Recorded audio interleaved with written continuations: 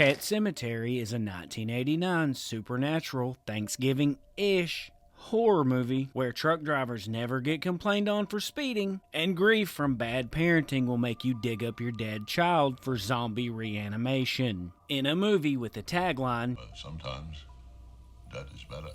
If the parents had even the slightest bit of parenting skills, everyone would still be alive, which is always better. The movie opens with Lewis, a doctor, uprooting his family from Chicago to their new home in Maine next to a road where careless big rig racing truck drivers play NASCAR. Dr. Husband's wife, Rachel, loves their new house, and apparently this is the first time she's ever seen it. Their tiny, almost weightless daughter Ellie breaks this tire swing rope and slightly gets hurt while carelessly two-parenting this one child. Their newly walking son, baby Gage, wanders onto the big rig racetrack and is nearly crushed by foreshadowing when their new neighbor, Judd Munster, grabs him up out of the evil road. The family discovers a path that leads from their house to a place Judd says, "Yeah, that's a good story. A good walk. I'll take you up there sometime." That night, Dr. Husband is unsettled about that path for no reason at all when he's terrified by his daughter's dumb cat, Church, because Stephen King needed a jump scare. Judd and Dr. Husband share a beer watching the racetrack and discuss the unsettling path which Judd says leads to Pet Sematary. Judd blames the road as if it's alive and says, "There's that damn road.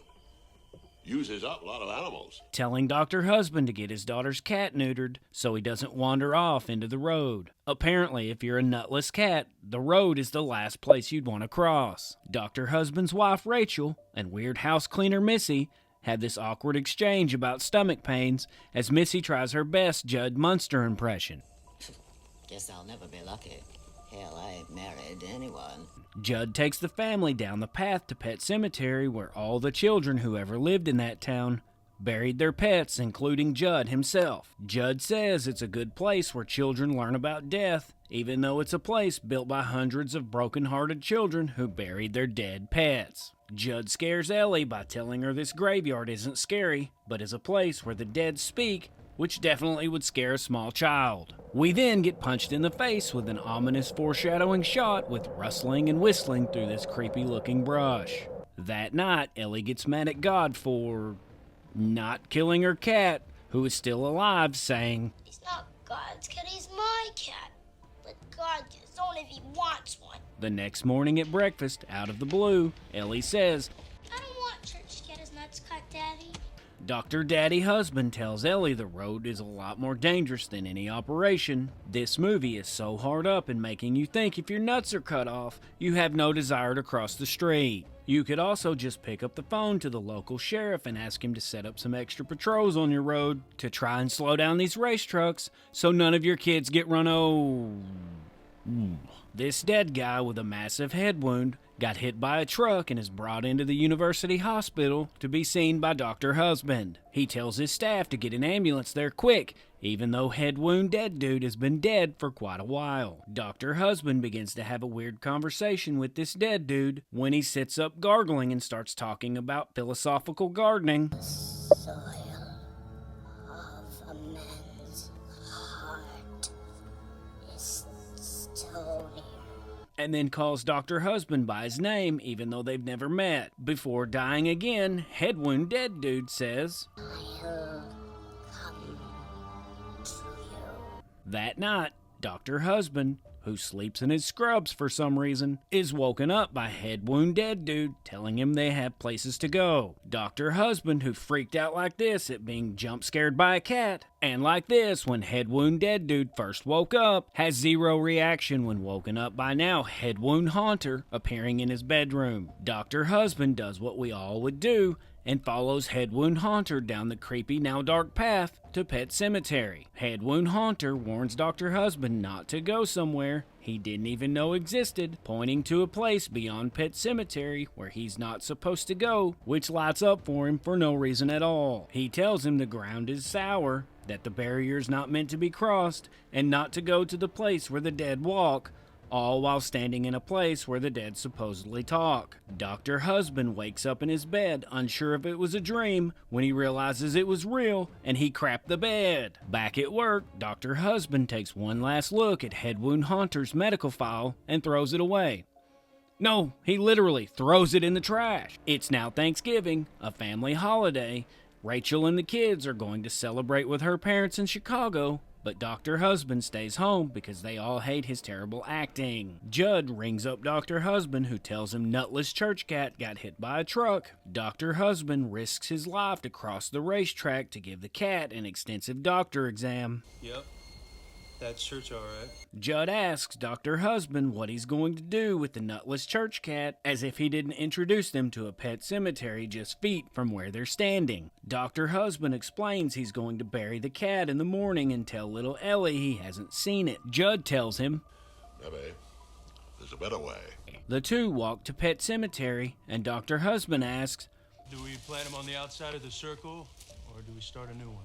Judd tells him, The place we're going is on the other side of that. pointing through the brush exactly where Head Wound Haunter told him not to go. The two are on their way when they hear what is obviously not a loon.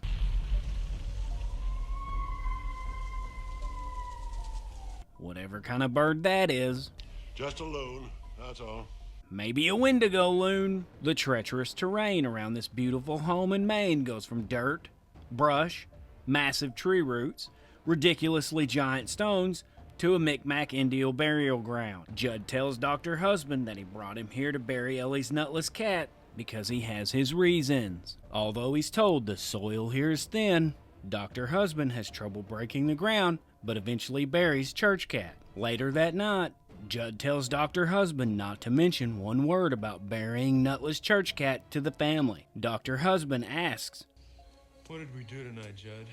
Quick recap, Doctor. You walk down a path through a creepy pet cemetery to climb through thick brush. Hike up giant pyramid-like stones to a cursed Indian burial ground your bedroom ghost told you not to go so you could bury your daughter's dead pet. Yep, that makes perfect sense. Judd repeats the phrase, the soil of a man's heart is stonier, and Dr. Husband remembers the warning he got from Head Wound Haunter, the only ghost to ever haunt him and give him this warning. Dr. Husband calls Ellie and tells her Church Cat is fine and that he hasn't seen him. The next day, after barely raking any of these leaves, Dr. Husband quits and is scared by nutless Micmac Church Devil Cat and can't believe he's alive. Micmac Church Devil Cat slaps him for having his nuts cut off and then runs away. Judd explains to Dr. Husband the story of how he found out about the burial place and should have already known not to bury Church Cat up there. When Judd's dog Spot died, he took him to the burial ground. Only the dog that came back wasn't Spot. Judd tells Dr. Husband he helped him bury Ellie's cat up there because he didn't feel Ellie, a little girl he only met a few weeks ago, wasn't ready for her favorite pet to die, and with time, she would learn what death really is. During Judd's story, he said that when Spot came back, he died later that same night. So he helped bring back a cat that might still die again before Ellie gets back from Thanksgiving in Chicago, so she could have more time to process death. This really makes no sense. Dr. Husband asks if anyone ever buried a person up there, and Judd gets all nervous and fumbly. Dr. Husband takes a bath and nutless Micmac Devil Cat throws a dead rat at him. The next day, the family comes home where Ellie tells Dr. Husband she had a dream where Church Cat got hit by a race truck and was buried in Pet Cemetery. That night, Ellie complains about nutless Micmac Devil Cat's smell, and Dr. Husband doesn't have the sense to tell his daughter her pet is a scary devil zombie cat.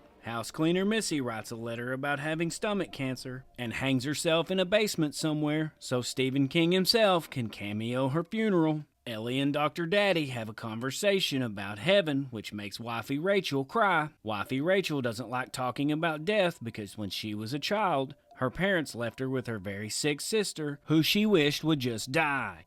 Springtime rolls around with the family and Judd having a nice, beautiful day when the foreshadowing from earlier comes back to kick us all in our no-no feels. Even though there are 3 adults watching 2 kids, even with one sitting down at a table, little baby Gage still somehow wanders into the street and gets mowed down by a race truck, even though the driver is clearly looking at the road. Dr. Husband channels his outer David Hasselhoff and belches out this slow-motion scream. At the funeral, wifey Rachel's dad blows a gasket next to dead baby Gage's casket and Mike Tyson's Dr. Husband. That night, Judd tells Dr. Husband he lied and a person was once buried in the Micmac Indian grounds. Judd says a local man named Timmy Baderman was killed and his grief-struck father buried him beyond Pet Cemetery. Judd tells Dr. Husband that the truth is, sometimes that is better. Judd says the person you put in the ground beyond Pet Cemetery isn't the person who comes back and isn't human at all. Judd and the townsfolk went to Timmy's house and set it on fire, killing Timmy and his father. Judd again restates that dead is better before telling Dr. Husband not to bury dead baby Gage beyond Pet Cemetery. Wifey Rachel and little Ellie fly to Chicago with her parents, leaving Dr. Husband again home alone. Dr. Husband discreetly goes to unbury dead baby Gage in a graveyard in broad daylight. Head Wound Haunter appears to Dr. Husband and gives him the same warning. Dr. Husband has a very awkward emotional breakdown, saying if dead baby Gage comes back as zombie Timmy Baderman, he will just put him back to sleep. Head Wound Haunter tells little Ellie in a dream Dr. Husband is going to do something stupid. Little Ellie asks wifey Rachel to call and make sure Dr. Husband is okay. Head Wound Haunter stalks wifey Rachel to help her understand little Ellie's warning. Wifey Rachel calls, but Dr. Husband doesn't answer. Rachel's mom thinks men who are left at home by themselves give in to their cravings for hamburgers and chicken dinners and are too irresponsible to answer phones while doing so. Wifey Rachel calls Judd and says she can't reach Dr. Husband, so she's coming home. Turns out Dr. Husband is better at digging holes than raking leaves, because now it's dark at the cemetery and Dr. Husband is digging up dead baby Gage when a cop stops by. But instead of acknowledging what he's clearly looking at, he just leaves. Dr. Husband takes this as his sign to continue with his plan of digging up dead baby Gage and burying him beyond Pet Cemetery. Meanwhile, wifey Rachel, on an airplane next to Head Wound Haunter, has this very creepy dream of her hated dead sister who says, I'm coming for you, Rachel.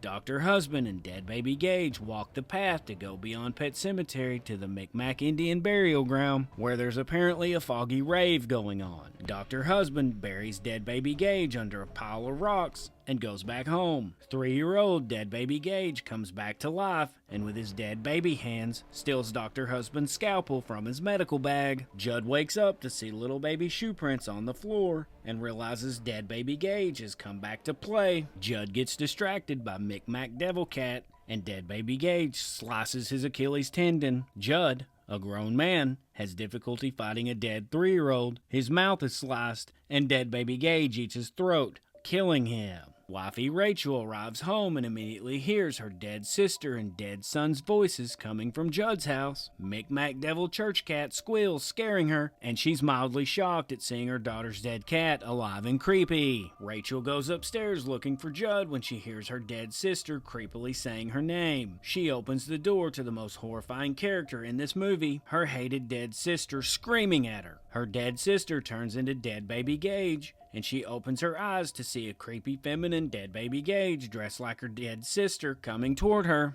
Even though this should definitely be the scariest thing she's ever seen, instead of running and living, she goes to hug dead baby Gage and dies. Dr. Husband hears his wife scream, which wakes him up so hard he smashes his head against this table. He sees muddy shoe prints on the floor leading to his doctor bag and realizes his scalpel is gone. Dead baby Gage laughs and Dr. Husband finds more mini shoe prints. The phone rings and Dr. Husband hears dead baby Gage, who can now use the phone for some reason, telling him he's over at Judd's house. Dead baby Gage tells him first he played with Judd and then he played with Mommy. Dr. Husband asks dead baby Gage, What did you do? And dead baby Gage giggles. Dr. Husband uses his bad acting face and morphine shots to kill Micmac Church Devil Cat. Dr. Husband should win an Oscar for his amazing acting skills. Be dead! Crazy Dr. Husband walks in Judd's house, which has now been decorated in this weird crap by a dead 3-year-old. Dr. Husband goes upstairs and hears dead baby Gage say he wants to play with the morphine needles, and luckily Dr. Husband has some handy. Dr. Husband finds dead Judd Munster under the bed. As he walks down the hall, dead wifey Rachel falls from the ceiling. Dead baby Gage jumps onto Dr. Husband, biting his hand and knocking the syringe away. Dead baby Gage gives Dr. Husband a taste of his own scalpel medicine, and then Dr. Husband fights this doll before throwing it onto the floor. Dead baby Gage gets up and slowly walks toward Dr. Husband, growling until he's jabbed in the neck with a deadly amount of morphine. Even though he's dead, little cutie pie dead baby Gage says, No fair.